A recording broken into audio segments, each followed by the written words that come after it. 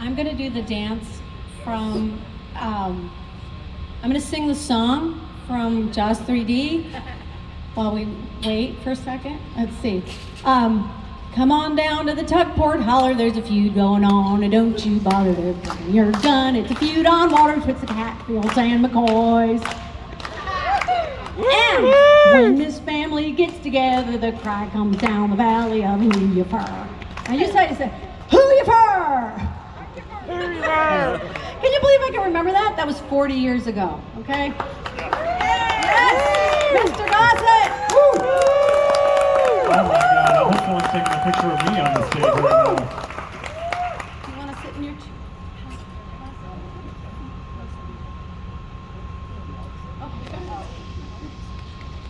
Hello, everybody.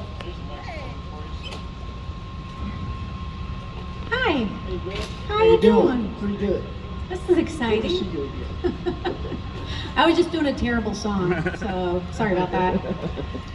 This is an amazing actor. We haven't seen each other in 35 years, so this is very exciting for us. She looks like it was just yesterday. She still looks like that baby I met. Laura. Do you have any questions for us? All Yeah, right, who's sorry. You got want us questions? to sing a duet?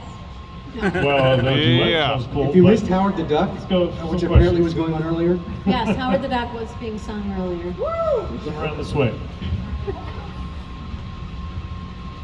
can we get a mic over here? This question is for both of you, and how does it feel to be part of the Jaws family franchise? You know, it was my very first experience acting in a feature, so it was a really big movie for me.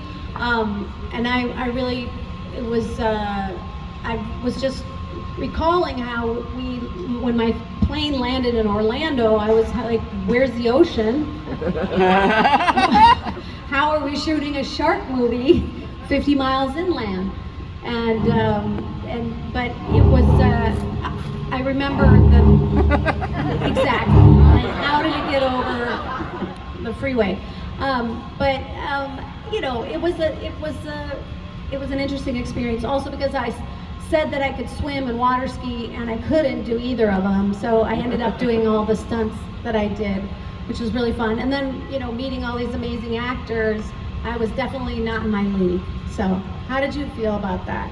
Well, I'm glad since the teeth and Jaws, I'm glad that sharks still don't like soul food.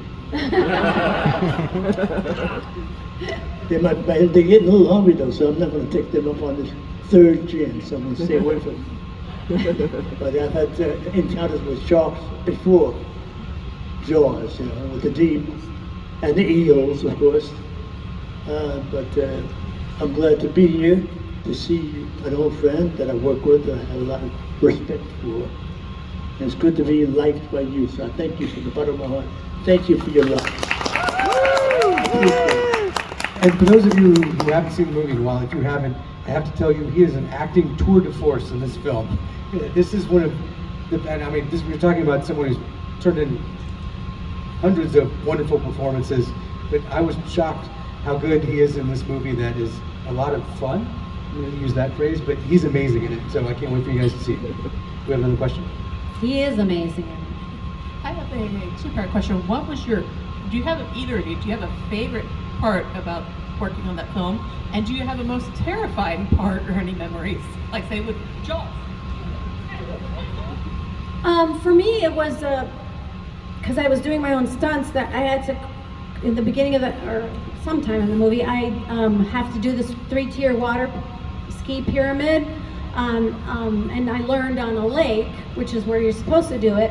And then they said, oh no, now we have to go to the ocean at Key West and put it on the ocean. So I was really scared because if you fall forward with all those ropes in front of you, it's very, very dangerous. And the ocean, you know, was like, wah, wah, and you're on like these little girls' shoulders.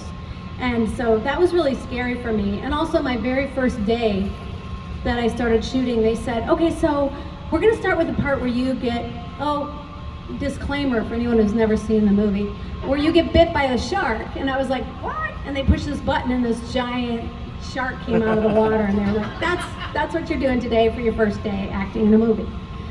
So that was scary, but it was also really fun because I got to work with all the actual SeaWorld ski crew, and they were lovely and so welcoming and kind, and because I had just been a ballet dancer, I just felt like I was a part of the troupe, which was really fun for me.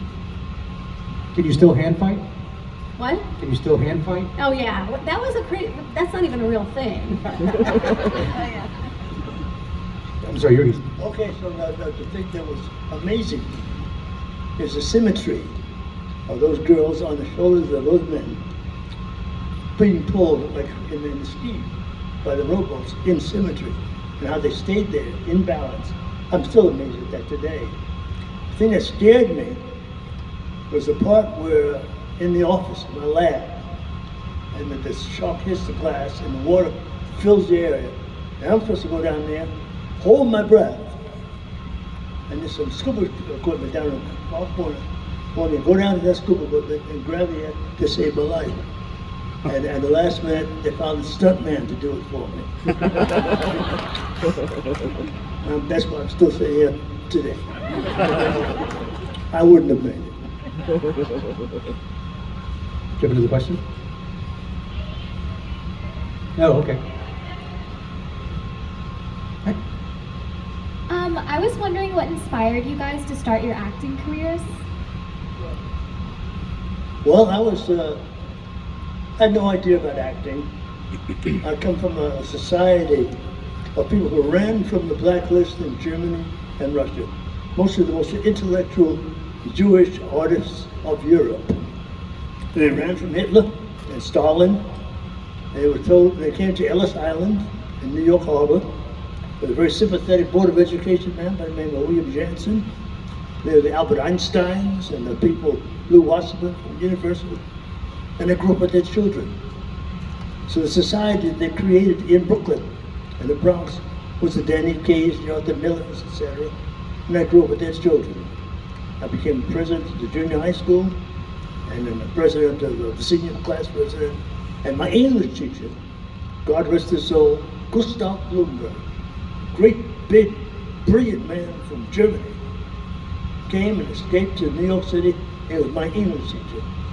He heard me do something from Shakespeare. If you haven't heard a black man do Shakespeare with a Brooklyn Jewish accent, but he saw something. So he says, "Hey Louie, they're trying to find a kid to play this lead in a Broadway show." I'm 16 and a half years old. Tell your mom I want to take you down there on Sunday. What can you lose? So my mother took me down on the subway to the Broadway, the Lyceum Theater, and lightning struck. I got in the show business by my English teacher. Took my mother down there to try out for a Broadway show. So my first play was a lead on Broadway in 1953. Because of that English teacher. The rest is history. That is so much better than my story. I was actually traded by my ballet company to a theater company because the ballet company owned the theater company money. So they said, "We need a girl who can talk and dance. So can you give us this person that's in your ballet company, Lea Thompson?" And so I was like an indentured servant. I went to star in a beautiful production of The Little Mermaid.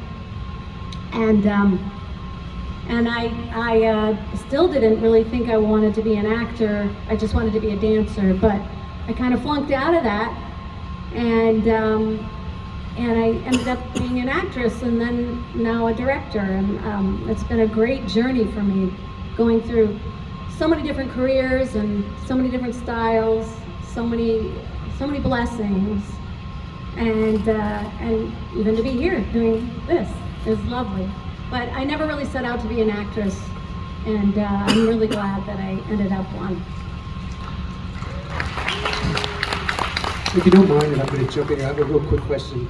So, when I was a kid, I remember, I think it was ABC. My parents sat me down and we watched Roots, and there was a character named Fiddler, and that started a conversation with everybody that I don't think had been had as much as it should. And more recently, if you haven't seen it, there was a series on HBO called The Watchmen.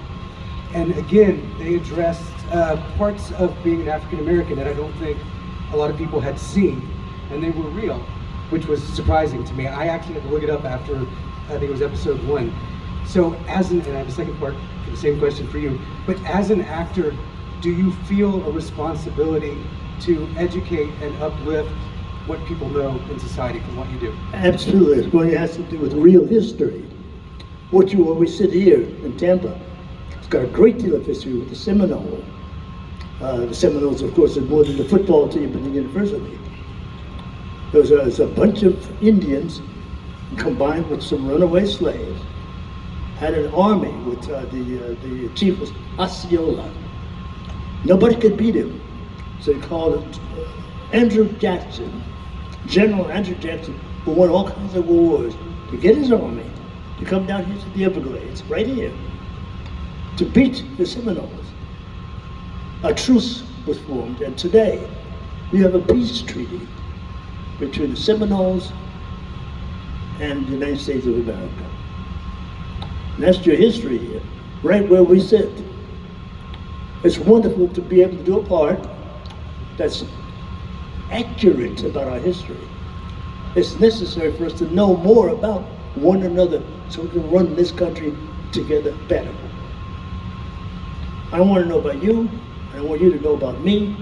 When we sit together, when there's some kind of conflict, we can have it together as Americans. We need to be that way on a daily basis.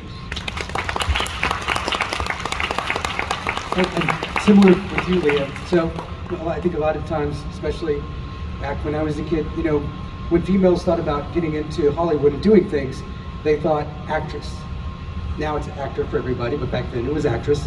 And one of the things that you've done, and in bringing you here and heard about, is the pride that other women have said to me when they talk about how you've transitioned into directing, into being the person running the set, and the person running the show. Do you feel that same sort of responsibility to be, because you're in the spotlight, sort of an example for what you can achieve? Well, I mean, I think the same. I think what Lou is saying is really powerful. Is that we have a unique possibility to make people empathize with other people. Like we create by creating stories, and you walk a mile in someone else's shoes, and it's a super powerful, important job. And I didn't really realize it as much as I did when we were in lockdown. I didn't realize how important my job was until I was like, my brain was going insane, and all of a sudden I watched some great movie and I felt this relief of getting out of myself and of learning about other people. And as a director, I find it really powerful because I'm in control of kind of everything, the point of view of the story. And I feel uniquely proud to have directed some amazing ingenues and young women actresses that they've said things to me like, no one ever asked me that before. Like, no one said, what do you need? You have to cry? Do you need it to be quiet? Do you want us to pretend it's not happening? What do you need? And I've had this beautiful opportunity to work with young actresses and really understand where they're coming from and give them the respect that I frankly wasn't given. And so that's a lovely thing to be. And I am lucky to be the second or third generation of female directors. I don't have to work as hard at it, but and I'm grateful to the ones that came before me, because I know that women directors that are even like 10 years older than me had to be much tougher. I mean, I'm tough. I make my day, but I don't have to. I can still be fun and funny and be like that. But I am grateful to have the opportunity to tell stories from a woman's perspective. I think it's really important that we have stories from everyone's perspective.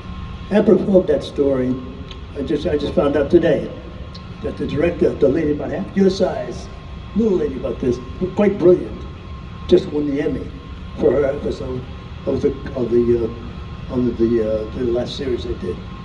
The one that I got the Emmy nomination for. she won. Oh, that's amazing. Yeah. Her name was Nicole.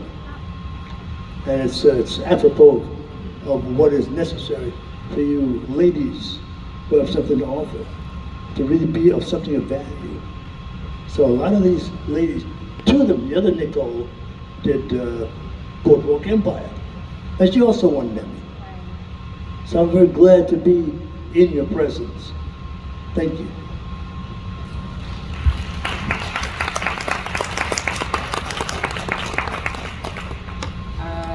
Those were really good responses. My question's very silly now. I just wanted to know what your favorite sharks were. I like the little sharks. Baby shark, shark, shark, shark, baby shark, shark. Give her back the. So believe it or not, she is a very respected PhD, and she studies deep water sharks. That's why she asked you the question. Oh yeah, I discovered a shark called the Ninja Lantern shark, so it's very small. I wasn't trying to do like a little plug for myself. I'm just nerdy and wanted to know your That's favorite sharks. way cool. What's it called again, the one you discovered? Ninja Lantern shark. How big is it? Like that big. It could fit on a t-shirt. Whoa, Ninja Lantern Shark is my favorite shark. Bye. Thank you. Sorry, that was not a plug for myself, but thank you. Little boy right there. In the room where you were looking through the window, was there TVs? There were the room where the shark jaws broke into from the window. Was there TVs in there? Because it kind of looked like there when you were looking at something, it kind of looked like a TV, and jaws came coming forward and going to break into the TV. Well, let me see if I can remember that day. It was not a real shark, I'll tell you that. But I don't know whether it was a video or not. I saw the video before it shot the scene about the shark coming and breaking the window, just before it breaks the window. So I remember that. It's called sense memory. So I remember that part, and I remember opening my mouth and saying, "Oh my God, here comes the shark." But I don't remember seeing that window broken. I was not in that room. But does that answer your question? Well, this was It did? Okay. 40 years ago, so the special effects are a little special. It's more now than it was before. Yeah.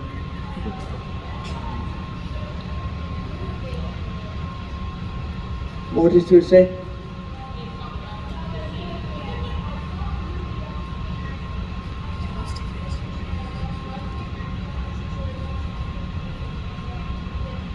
That's what it's supposed to look like, yeah. Right. What's your name, sir? How old are you? You're 7 years old? Is that your mom? I knew that. I knew. It reminds me of a boy that I met in a place called Upper Canada Village. And his name was Seth. And Seth, or I said, we were told to talk to the public while we were shooting. And what'd you say, sir? We met in the photo room. It's a pleasure to see you again.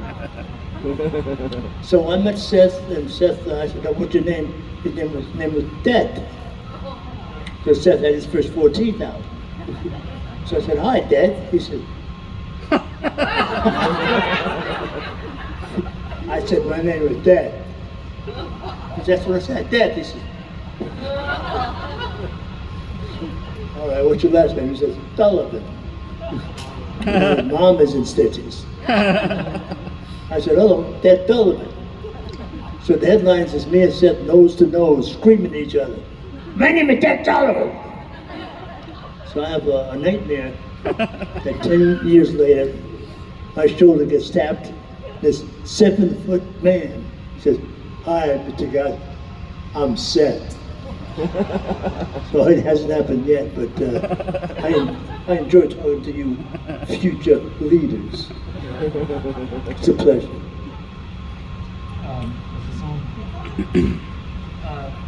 This question is for Louis, and then I'll just have one question for both of you, both real quick.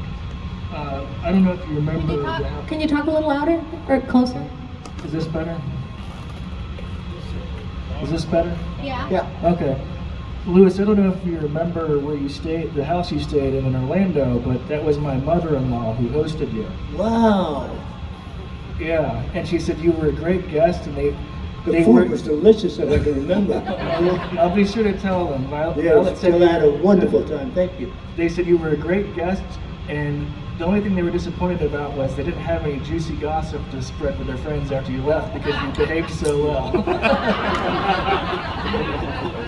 And I just wanted to ask if either of you have seen someone went back and found special effects footage of the scene that young man was just referring to.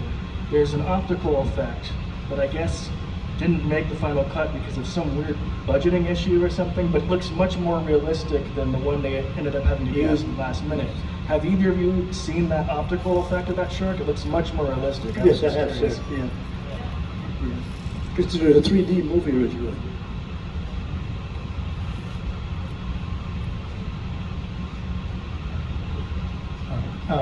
So my question is, because I know a lot of actors, actresses, they don't like to watch the movies that they played in because like it all seems fake to them because they don't see the blue screen. Like when they do see the blue screen, they know how the scenes were filmed, and it just distracts from the movie. My question to you all is, the movies that you played in, what's the one movie that you could watch over and over again, or is there one? Me. I like to watch the movies that I'm in because I appreciate the other artists that contributed, and I want to see what they did, the composer and the cinematographer and the director and the visual effects and stuff like that. But over and over again, I don't think I've ever watched a movie I'm in over and over again, except for one I directed a movie called The Year of Spectacular Men that my two daughters were in, and I had to edit that over and over. So I did watch that one 1,000,000 times because I was editing it. But you know, I think I've probably seen this movie only twice. Most of the time I don't. I watch them, but not a lot. How about you? Have you watched a movie of yours over and over again? The ones that I like, that I want to see, that I want to ask questions about. One is called The Deep, because that's where I learned how to scuba dive.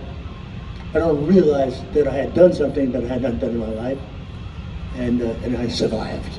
And the other one is, let's see, the other one would be Sadat. Wow.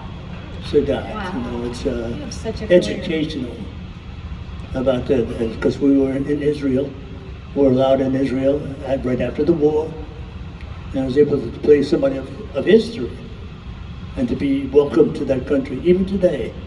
So it was very nice knowing that part of history, having something positive to do about history. So God has been good to me. I'm very grateful. I have a question for Lea. So you have been lucky enough to work with Robert Zemeckis, with John Hughes, so some great directors, obviously some great role models. Can you tell me any bits or pieces of wisdom that they imparted to you that you use when you direct today? Bob Zemeckis was such a great director because he packed as much story as he could into every single frame. So I try to always think about that if it doesn't further the story or the character, if it's not incredibly funny, you know, so I try to always make every single moment interesting as well as I can, and that's what I learned from Bob Zemeckis. He was great, and you know, I also, because I've been in so many TV episodes, I've worked with so many directors. I love the Goldbergs. I've done a lot of Goldbergs. But because as an actress, I've worked with so many directors, I've really picked a few things. And also my husband, Howard Deutsch, who did Some Kind of Wonderful, and Pretty in Pink, and The Great Outdoors, and a bunch of movies like that. Lately, we both were directing together on episodes of Will Trent, which was really fun to kind of work with him on that show in Atlanta. But I picked a lot from my husband as well. Mostly, it's really about the actors. You know, it's really about making the actors feel comfortable and heard, and you know, that's what people really see. That's what you really have to concentrate on it. And a lot of directors don't think the actors matter. So that's what I've learned from my husband, how much actors matter. So, do you have any favorite props that you got to keep from any of the projects that you worked on? I have the pink prom dress from Back to the Future, and I can't fit in it anymore, but my kids can.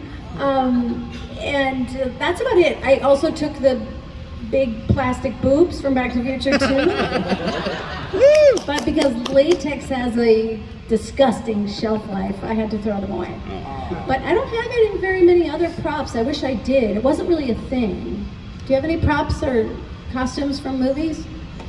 The last time I looked, still in storage, is that cane I wore under my arm during Officer and Gentleman. Little swagger stick. Hopefully it's still there. Anything from Iron Eagle? Iron Eagle, maybe there's a hat or so, you know? I got something from everything, I think. So there's just a lot of it's in storage.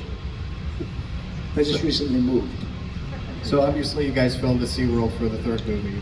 Do you guys have any fun memories of working at SeaWorld back in the day? Any cool experiences that you were able to have? Being able to go back to the house, work with the animals, that sort of thing? Yeah, it was really, I mean, one thing that's great about our profession is we get to go through all the doors that say authorized personnel only, even when we're not authorized.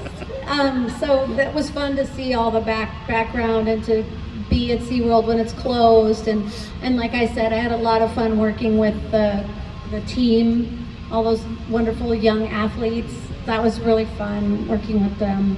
And you know, seeing all of the little, you know, just when just being able to touch the dolphins and all of that was really fun. I agree with you. Because the thrill was the feeding of the dolphins.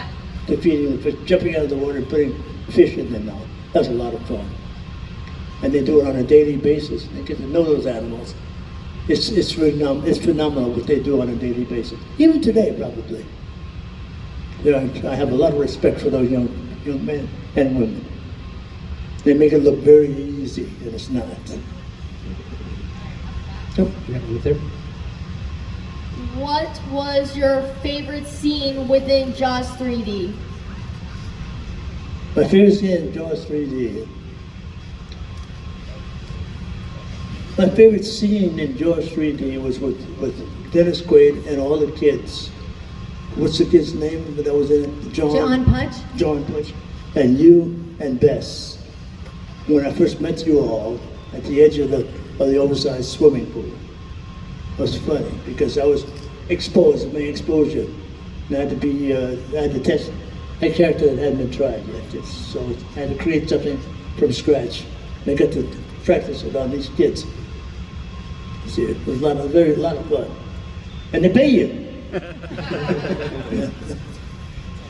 I was not, gosh, I just was trying to survive because I really didn't even know what a mark was. So, and I was working with great actors, and so it's all a blur to me. So I probably just remember the physical aspect of the show. That was fun for me. I remember my brother's, when I asked my brother what he thought of the movie, he said, "You laughed a lot." I said I was nervous.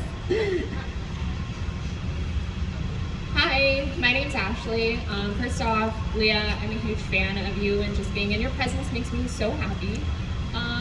My kind of dumb question is, have you guys been back to SeaWorld since the movie? And there is no underwater tunnel, and that makes me sad. But it might be for safety reasons. You know, they learned from the movie. Yeah, and it's not by the ocean. There's that. But I've been to SeaWorld. I brought my kids to SeaWorld in California my daughter Zoe Deutsch, when she was little, would burst into tears just thinking about manatees. So I did a movie for SeaWorld, actually, weirdly, a 3D or 4D movie called The Haunted Lighthouse with Chris Lloyd. It was one of the 9 things I've done with Chris Lloyd and never done a scene with him.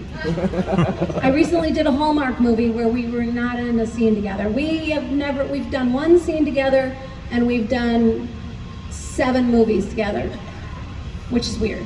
I mean, why are they keeping us apart? I don't know. Is there some chemistry thing they're afraid of?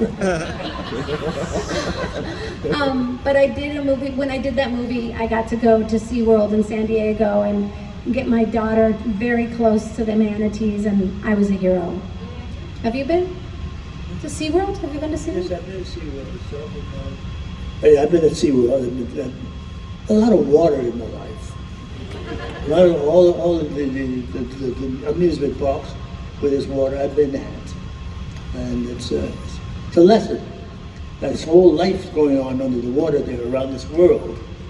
Great lesson, and they are coming closer and closer to us. As you notice, sharks are biting us now. I think maybe we better give them their food chain back because they're getting hungry. It's happening around the world, so maybe there's something we got to do to balance that thing up a little bit, and so everything gets back to normal. Something's wrong, and I don't know what it is, but let's see if we can figure it out. So bringing it back to Jaws, I have a question. So you were on the deep. Was Peter Benchley ever on set during that moment? Yeah, very nice man. I've met his wife. Yeah, huh? His wife actually came here. Oh, really? I have an imitation of Peter Benchley. This is Peter Benchley. So what do you talk about? I was feeling a lot of water coming. And I sent him the giggles on that, because it's got a lot of water in his throat. Him and Jacques Cousteau. I like those men a lot. They're very humble, very humble. I lost a friend in that implosion, and I met during the deep. And those are very special human beings. Those brave men that went to the moon. They are very special human beings, and I miss them when they make a mistake. We've lost some very valuable brains in that submarine. So let's mourn them and make sure it doesn't happen again. Okay, you opened the window for Iron Eagle. Uh-oh. Did you get to fly in the planes, and did you leave your stomach on the plane, or did you able to take it off the plane? Well, they tried to get rid of my breakfast. And I was warned, so I got in the plane. The average pilot, the best Air Force in the world, comes from Israel. So they try and get you up and doing all kinds of stuff. And I held on to it and got off the plane. You could hear a pin drop. I got off the plane and went down the ladder, and I got into my bedroom and got rid of my dinner. I mean, just came out shocked. I don't understand. I still can't do that. And those jets are amazing. The centrifugal force is amazing. You have to really be in shape. Well, you got my question. I was going to make a comment about Peter Benchley. Most people might not know The Deep. It was written by him and Jaws, of course, and then you brought him up. And then Robert Shaw, who was also in it, and the original Jaws. What was it like working with Robert Shaw? And for Lea, what was it like working with Michael J. Fox? You can do that. Who starts? Ladies first. Okay. Michael Fox is lovely. He's funny and lovely. And when we did Back to the Future, he's extremely exhausted. He was doing a TV show at the same time. But he also had replaced one of my best friends, who was Eric Stoltz, who they had fired, and replaced with Michael. So I had this weird feeling the whole time I was working with him. But he has amazing comedy chops and brilliant, physical comedy, which is a lost art now. And I just had this beautiful experience where I was in Vancouver directing Resident Alien, and he invited me to go see a screening of his new documentary called Still, and it's beautiful, and it was nominated for 1 million Emmys. And I was sitting there, and he grabbed the mic, and it was with his family and his friends. He's from Vancouver, and he said, "This is a funny irony. My mom just died. She can't be here with us, but my movie mom's here." It's a funny wink from God, which was so lovely. I mean, I just love him, and I'm so proud of him, and I learned so much working with him, because he really is, he has comedy precision, and it was beautiful. Mr. Shaw, he's a prolific man. I had seen his play, Man in the Glass Booth. I saw him fight with Sean Connery and James Bond. Very prolific. So he had just gotten married to his secretary for 8 years, and he got off his honeymoon 7 sheets in the rain. So I met him and says, "Hey, you're Louis, aren't you?" I said, "Yeah.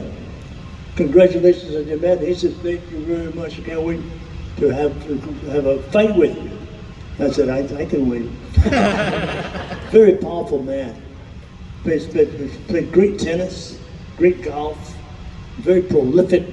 I was totally impressed with Robert Shaw. Totally. Great man.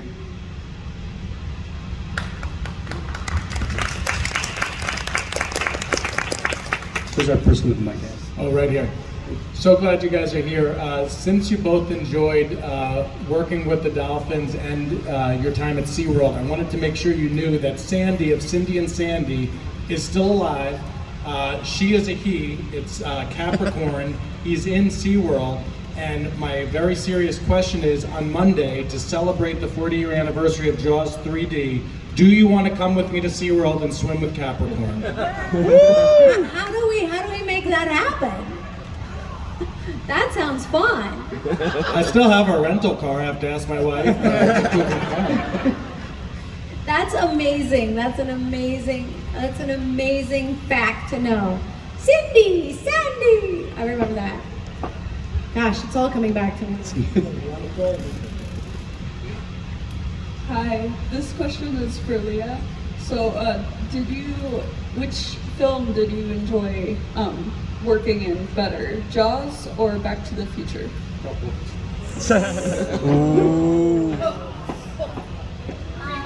I'd say Back to the Future, I suppose. Even though it was an arduous 6 months of shooting, it was, you could tell we were making something really, really special.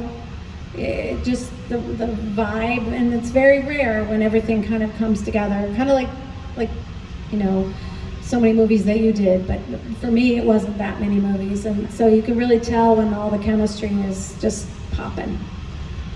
And I was, like I said, I was terrified. I wasn't really an actress when I made Jaws 3D. I had lied on my resume and said I did a couple movies, and weirdly later they made those movies, so they were still on my resume, and they were like, "We didn't see you in that movie." And I was like, cut me out. Has anyone in the audience seen Enemy Mine? So if you haven't, do yourself a treat. So with that, what is your relationship with Dennis Quaid? Because it looks like you've been more than... What's your relationship with Dennis Quaid? Oh, Dennis Quaid, well, I know the Quaids. I call it the Great American Quaid Bird. Him and Randy. I work with both of them. Work with Randy first in The Quiet Boys. And I work with Dennis, obviously, in many, many things. He was my neighbor for many years in Malibu. We know each other very well. I'm glad he's making a resurrection today because he's well-deserved. Very talented man. I'm glad he's back. He's got a movie out called The Day After Tomorrow that he did, he was responsible for. I'm glad he's back to work because he was sorely missed. I like him a lot.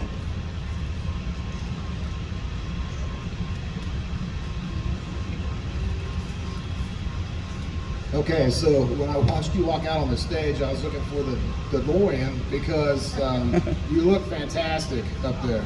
Okay, so what is your secret? Because when you watch Back to the Future nowadays, I bet you see your character and you wonder, you know, back when you were filming the movie, I guess, you know, and you put the makeup on and you were Michael J. Fox's mom, and, you know, it was funny. So now that you don't look anything like that at all, when you see that film, I mean, how do you do it? What's your secret? I don't know. Thank you for that. Thank you. I don't know, but I do remember how funny it was with Spielberg and Zemeckis like laughing at me when I was in makeup to make myself look 47. They were like, "Oh, she looks so old." Oh my god! I was like, now you look back at 47 and more, it's young.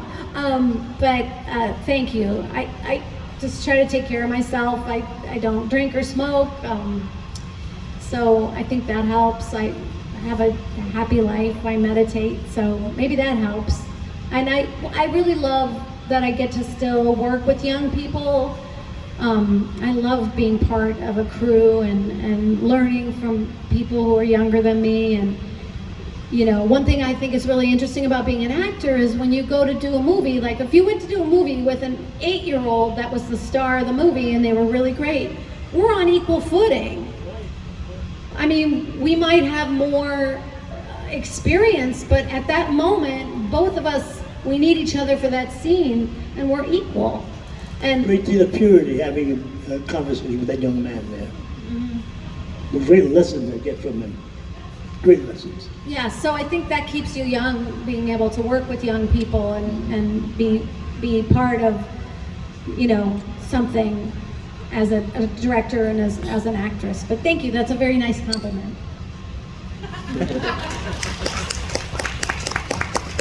My question is for Lea. Red Dawn is one of my all-time favorites, and I was wondering how old you were when you played Erica. Red Dawn, I think I was 21. My first movie was Jaws, then I did Red Dawn. Maybe it was my second movie. No, All the Right Moves with Tom Cruise, and then Red Dawn. So 21, and it was definitely the most fun I ever had making a movie. It was just like summer camp with idiots. I mean, Charlie Sheen at 16, nothing's changed, baby. So we were like insane, and it was super fun, and we got to ride horses, and you know, I had no makeup. I'd come in the morning, I wouldn't even wear mascara. I'd come in the morning, I'd squint, and I'd put dirt on my face, and that was my makeup. So I had a really, really fun time making that movie, even though it was so gnarly. It was such a gnarly movie to make. And John Milius was insane too, so as a director, it was crazy. I mean, crazy. I don't know how we survived. You did that. I did. I did some great horse stunts on that one. It was scary. Wolverines! And I survived. First off, I want to say nothing but love and respect for you both. You are both legends in my eyes, and I'm big fans of both of you guys. Thank you. Question is for Lea. If there was to be another Back to the Future movie, would you be down? Would you be game to be in? Yeah, because like Universal or not, you know, yes, I would, but it's not going to happen in my lifetime because Bob Zemeckis and Bob Gale control the rights to it, and so that won't ever happen in my lifetime. But what could happen is they could make a movie of the musical that's opening on Broadway. So I bet that'll happen maybe in 2, 3 years, 4 years. That's my guess. But maybe I'll be a teacher or something. I don't know. So Lewis, I'm thinking, so I just recently watched Enemy Mine, and I love the physicality that you brought to that particular role. Amazing, amazing. But aside from that, that looks like some of the most painful practical effects. How long did it take you to get into full gear? It took, to get into full gear, it took 5.5 to 6 hours every morning. And we were in Germany. We started in Iceland, where the volcano just erupted. Because then there was no vegetation, so it looked like the third planet. So it took 5.5 hours. The first day, it took 8. They want to be perfect. So now I said, I think that maybe I better go get some, because I'm getting a little rash. So maybe we better go get some ointment. So, no medical schools in Iceland. They finally got this student, didn't tell her anything. They put her in my dressing room. I come out with this makeup. I look like a snake, with a serpent skin. So I said, "Hi, Doc. I'm the one with the skin problem." They had to catch her because I had this little bit, but it was going to get big if I didn't treat it right away. So I had to catch her. They caught her and they showed her there was this makeup. She says, "Oh, that's all right." They pull her back and they found black skin. She says, "Oh, there's a black man in there." They had to catch her again. That was a lot of fun. We got 2 more questions. Can we get one for Leah and one for Louis? Well, this is for both of you guys. That works. How did you guys feel about Jaws and the movies and everything before you knew that you're gonna be filming like the 3rd one or anything? Like, I don't know. Well, the first Jaws movie is a masterpiece. I mean, it's a masterpiece. I don't think this is a masterpiece. But the first one was, and I was terrified. I mean, I would not go swimming when I saw that movie. And so it was cool to be part of something that was, part of that family of movies. For me, I mean, I didn't know anything, but it still was cool. Well, I find that Jaws 3, which was the early 3D, Right, it was a nightmare. Trying to be perfect for a lens that had not perfected 3D. So all you're thinking about is your position, not your performance. It was tough. It was a nightmare for me. But it was, the whole experience was pleasant, but filming that thing was a nightmare. I forgot about that. Yeah. I remember it was like, they couldn't figure it out. I couldn't figure it out at the They time. couldn't figure it out. So we were stuck. Because wasn't it like 2 cameras right next to each other or Something something like that, crazy yeah. big thing? Yeah. Yeah, because I did the same for the SeaWorld thing I did with Chris Lloyd. It was 3D too, but it was like 10 years later. Yeah, that was easy. Now it's really easy. It's a piece of cake now, yeah. All right, last question. This is for both of you guys. What movie were you both excited to be in? I'm excited to be in any movie. Honestly, I really am. I love my business. I'm so grateful I've been able to work for 40 years in Hollywood. You got me beat though, right? I'm just so excited to be able to tell stories and to, be able to communicate and to be able to talk to you all. This has been so nice meeting you and talking to you today. So I've had a couple of great parts, one being in Back to the Future, one being in a movie I did called The Trouble with the Truth that nobody really saw, and another I did called A Substitute Wife with Farrah Fawcett. I've had the luck of having a couple of, when you have a great part, you don't even have to act. No. I mean, I think there should be Academy Awards for the crappy parts I've done that I made palatable, because that's a lot harder, but a great part is such a gift. Yeah. And I feel like, sometimes a great part, you cry exactly in the right place because they wrote it so well that you don't even have to act. And it just happens, right? Yeah. Isn't that? It's a privilege. It's a gift. It is a privilege. It's a privilege. It's better than working. Yeah. Have you guys ever ad-libbed? Yes, sir. Yes, sir. Oh yeah. I do. Yeah.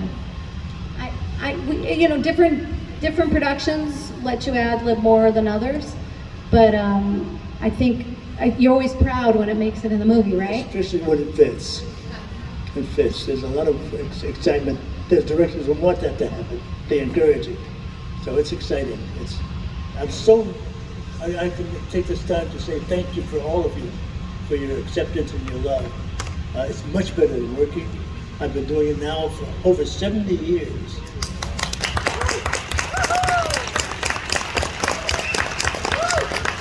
Thank you. Thank you. Well, with this, And what can I just say how lucky I was that my very first movie I got to bask in the glow of this great actor. Thank you. A round of applause for Kristen.